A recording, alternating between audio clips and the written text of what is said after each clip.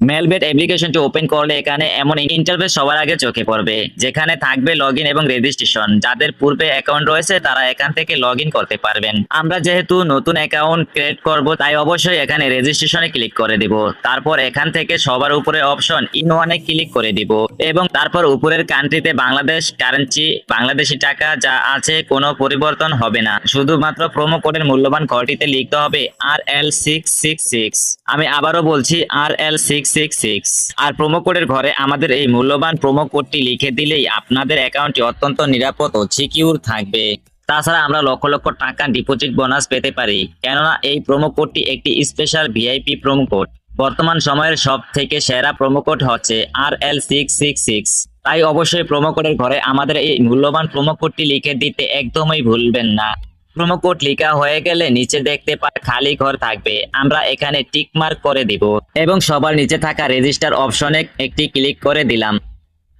আমাদেরকে পাসওয়ার্ড এবং user name দেওয়া হবে, যেটি আমাদের জন্য খুবই গুরুত্বপূর্ণ, কেননা এই পাসওয়ার্ড ইউজার নেম দিয়ে আমরা পরবর্তীতে অ্যাকাউন্টে আবার লগ ইন এবং লগ আউট করতে পারবো। তাই এই পাসওয়ার্ড এবং ইউজার নেমটি খুব ভালোভাবে সংরক্ষণ করতে হবে। তাই আমরা এটিকে একটি স্ক্রিনশট দিয়ে রাখবো। স্ক্রিনশট দেওয়া হয়ে গেলে নিচে থাকবে নেক্সট অপশন, আমরা এই নেক্সটে ক্লিক করে দিব। নেক্সটে ক্লিক করলে আমাদের অ্যাকাউন্টটি রেজিস্ট্রেশন হয়ে যাবে। তো আমাদের অ্যাকাউন্টটি রেজিস্ট্রেশন হয়ে যাওয়ার পর এমন ইন্টারফেস চলে আসবে। এখন আমাদের অ্যাকাউন্টটিকে ভেরিফাই করতে হবে। তাই প্রথমে ফোন নাম্বার ভেরিফিকেশন এবং তারপর এনআইডি কার্ড ভেরিফিকেশন করব। এজন্য নিচে মেনু বলে অপশন থাকবে, আমরা এই মেনুতে ক্লিক করে দিব। তারপর এখানে উপরে দেখতে পারবেন পার্সোনাল প্রোফাইল বলে একটি অপশন থাকবে, আমরা এখানে একটি ক্লিক করে দিব। ক্লিক করলে আমাদের সামনে অনেকগুলো অপশন চলে আসবে।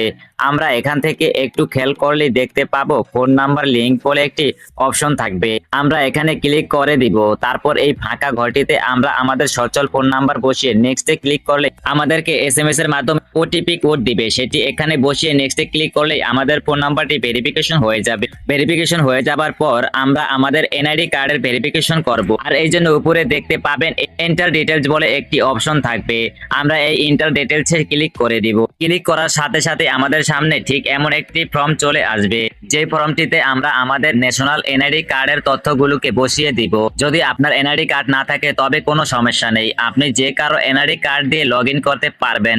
আর এখানে একটু ভুল হলেও কোনো প্রকার সমস্যা হবে না। আপনি আপনার মন মতো ফার্স্ট নেম শিওর নেম বসিয়ে দিবেন। তারপর ডেট অফ বার্থের এখানে এনআইডি কার্ডের যে জন্ম তারিখটি রয়েছে সেটি বসিয়ে দিবেন। প্লেস অফ বার্থে ক্লিক করে আপনি যে ঠিকানায় জন্মগ্রহণ করেছেন সেই ঠিকানাটি এখানে বসিয়ে দিবেন। রিজিয়নে ক্লিক করলে অনেকগুলো বিভাগ চলে আসবে, আমরা যে বিভাগে বসবাস করি সেই বিভাগটি সিলেক্ট করে দিব। সিটিতে ক্লিক করে আমরা আমাদের বসবাসকৃত শহরটি সিলেক্ট করে দিব। রেসিডেন্ট অ্যাড্রেসে অর্থাৎ জেলা, আমরা যে জেলাতে বসবাস করি অথবা আমাদের এনআইডি কার্ডে যে জেলাটি রয়েছে সেটি বসিয়ে দেব। ডকুমেন্ট টাইপে ক্লিক করলে চারটা অপশন চলে আসবে, এখান থেকে আমরা ন্যাশনাল আইডি কার্ড সিলেক্ট করে দিব। সিরিজে ক্লিক করে 01 বসিয়ে দিব। ডকুমেন্ট নাম্বার, এখানে আমরা আমাদের এনআইডি কার্ডের নাম্বারটি বসিয়ে দিব। আর আপনার যদি এনআইডি কার্ড না থাকে তাহলে আপনি চাইলে আপনার ফোন নাম্বারটিও এখানে বসাতে পারেন, কোনো প্রকার সমস্যা নেই। তারপর নিচে দেখতে পাবেন ডেট অফ ইস্যু বলে একটি অপশন রয়েছে, এটি আপনার এনআইডি কার্ডের পেছনেই থাকে। ইস্যুর বাইরের জায়গায় বাংলাদেশ গভর্নমেন্ট লিখে দিবেন। আর এই সমস্ত তথ্য ঠিক থাকলে নিচের কনফার্ম বাটনে ক্লিক করবেন। তারপর দেখতে পারবেন আপনার অ্যাকাউন্টটি সাকসেসফুলি ভেরিফাই হয়ে গেছে। এবার আরো একটি গুরুত্বপূর্ণ কাজ হলো ডিপোজিট। ডিপোজিট করার জন্য ডিপোজিট অপশনে ক্লিক করবেন। আপনার সামনে এরকম কতগুলো সাইট আসবে, এখান থেকে আপনি বিকাশ, নগদ, রকেটের মাধ্যমে টাকা ডিপোজিট করতে পারবেন। বন্ধুরা, আমরা দেখিয়ে দিচ্ছি কিভাবে নগদের মাধ্যমে ডিপোজিট করবেন। সো এখান থেকে নগদ অপশনে ক্লিক করবেন।